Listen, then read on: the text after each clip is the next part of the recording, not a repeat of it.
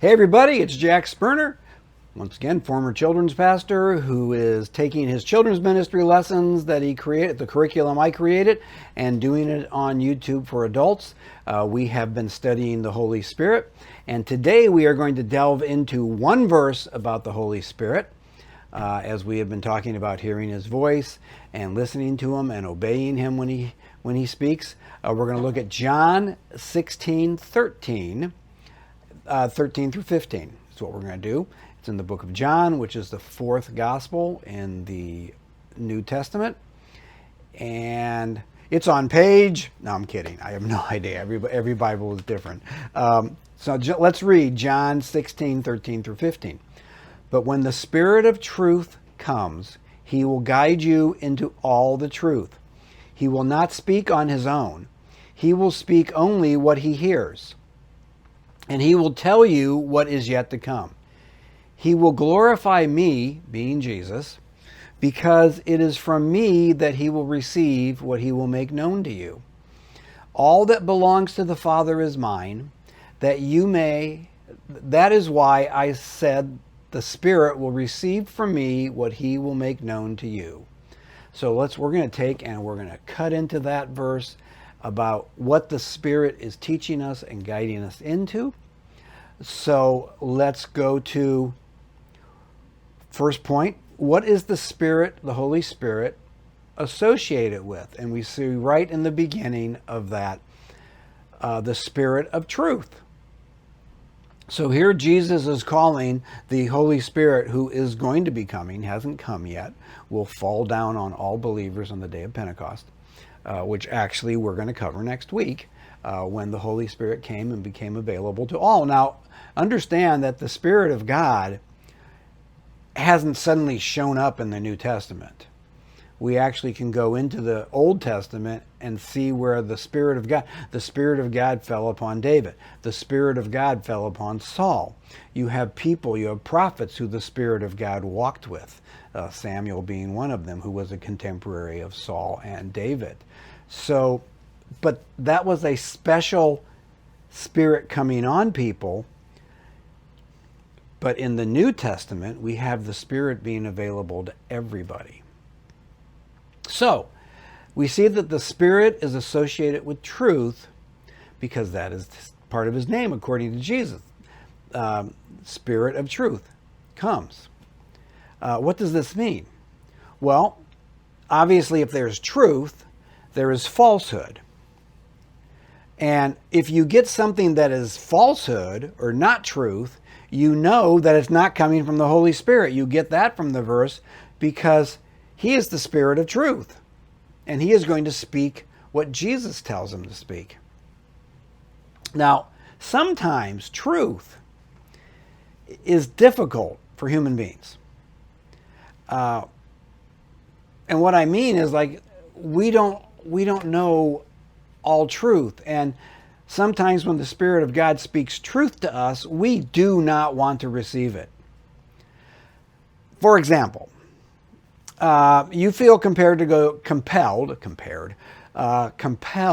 talk with someone who has hurt you, or you've hurt them, but you don't want to do it. Now, Matthew 5:23 through 24 basically says that's what we should do.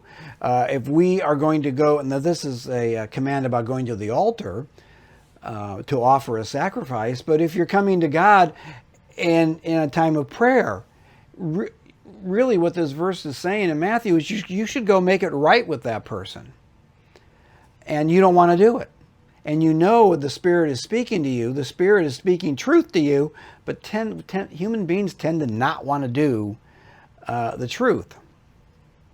So there is that. So we know from this verse that the Spirit of truth, this Holy Spirit is the Spirit of truth. And if the Holy Spirit is speaking to you, he is going to speak to you truth. And now it also notes in this verse that it says all the truth. So this is a specific, all the truth, a specific kind of truth. So, if you're taking a test and you forget that E energy equals mass times the constant squared, which is E equals mc squared, and you forget that, the Holy Spirit is not the one who's going to teach you that truth. He's not going to teach you Pythagorean's theorem without you doing some work and some effort. Now, the truth that the Holy Spirit is talking about is truth that comes from Jesus. So it's based on verse 15. If we go look at verse 15, all that belongs to the Father is mine, and that is why I said what the Spirit receives from me, he will make known to you. So the truth that we're talking about here is truth that comes from Jesus. So he is going to reveal the truth that Jesus spoke to us. And what are the words that Jesus spoke to us? Now here, if you go back to Bible 101, episode 26, when I am teaching about Jesus, and it's the very first lesson on Jesus, we look at John 1:1, which says, in the beginning was the Word was with God, and the Word was God. And then a little bit further down in there, you always got to add, and the Word became flesh and dwelt among us. So Jesus is the Word. So basically, the whole Bible is the words that Jesus say. Jesus speaks, and it's the Bible. So the Holy Spirit, according to this verse, is going to remind us of what Jesus said, and what Jesus said is in the Bible. And we've talked about the reminding thing where the Holy Spirit's not going to remind you of something you don't know. So this is what I know. I have a greater understanding of the Bible now than I did when I first became a Christian. So how does that truth get imparted to us? How does the Spirit of God teach us this truth? Well, he teaches us this truth, and we've seen this through prayer, through study, through learning and lessons. And now, sometimes when you're studying, a light bulb will just go off. It doesn't always happen that way, but sometimes it does. The light bulb goes off, and the Spirit just shines light into your soul and into your mind, so it's like, boom, you see it. But usually, it takes time. And why is that? Well, 1 Corinthians 13:12 says, now we see in a mirror dimly. We live in a fallen world. We live in a world where our minds are fallen. I mean, we have to have our minds renewed by Christ. So what that means is we need to be humble our entire lives because we don't know everything. And also we need to be humble, I was thinking about that, so that the Spirit can guide us in the truth. You know, you could say the Spirit of God teaches me all things and teaches me and makes known what Jesus has said, as we've seen in John 16:13-15.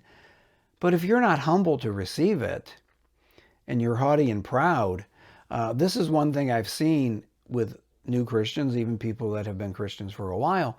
They think, well, there's a verse that says, I don't need any man to teach me, the Holy Spirit teaches me. And you need to be careful with that, because you can get a haughty attitude. Well, the Spirit is teaching me, so I'm right about everything. But we need to keep in mind my life lesson Bible verse, Jeremiah 17:9. And when I put the references at the end, I'm just going to put those verses. Those references, you can go look them up. But Jeremiah 17:9 that's Jack's verse to keep him humble. I was sharing with someone the other day, and this is arrogance on my part, and God has toned me down from this.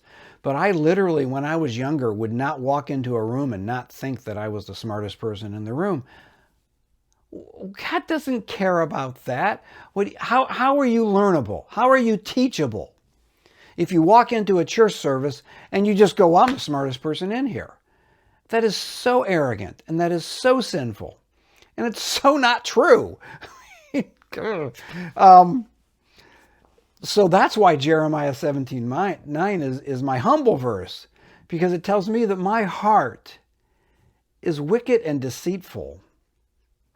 And I got to keep it humble before the Holy Spirit. And if you talked to me 30 years ago, you would see an arrogant, self-righteous pain in the backside, who thought he was right about everything.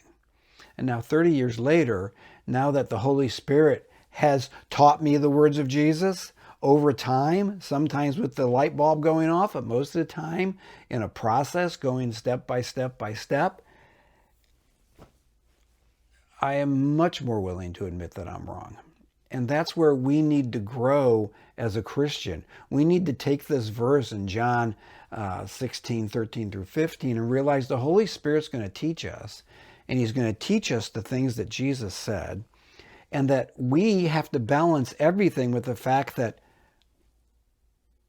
we have a tilt and a slant and a leaning towards depravity, towards falsehood, towards wrong. And we need to realize that.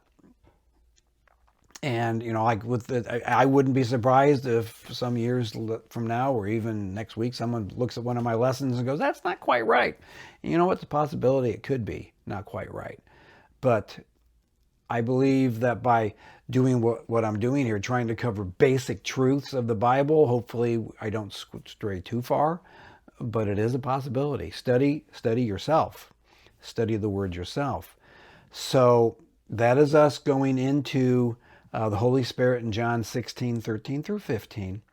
Basically, if I had a message, a lesson, or a point for today, it's stay humble and realize that nobody has arrived yet.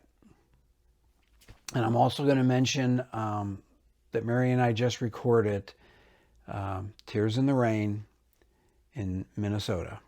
And I think it's a very important message, and it's not in the least bit political. And it's about what's happened. It's about what happens when someone leaves this world. And it's a very sober message, but it's also a message of hope. So next week, we're going to, as I mentioned, we're going to look at the Holy Spirit and his arrival for everybody on the day of Pentecost. A very exciting time for Christians everywhere, because we can be filled with the Holy Spirit guiding and directing us. And it's not something only King David gets, or only Samuel gets, or only, Saul got for a while until he ripped the kingdom from him. So thank you for joining me on Bible 101. Be humble, be teachable, and allow the Spirit to just wash over you and show you the truth. God bless everybody. See you next week. Bye.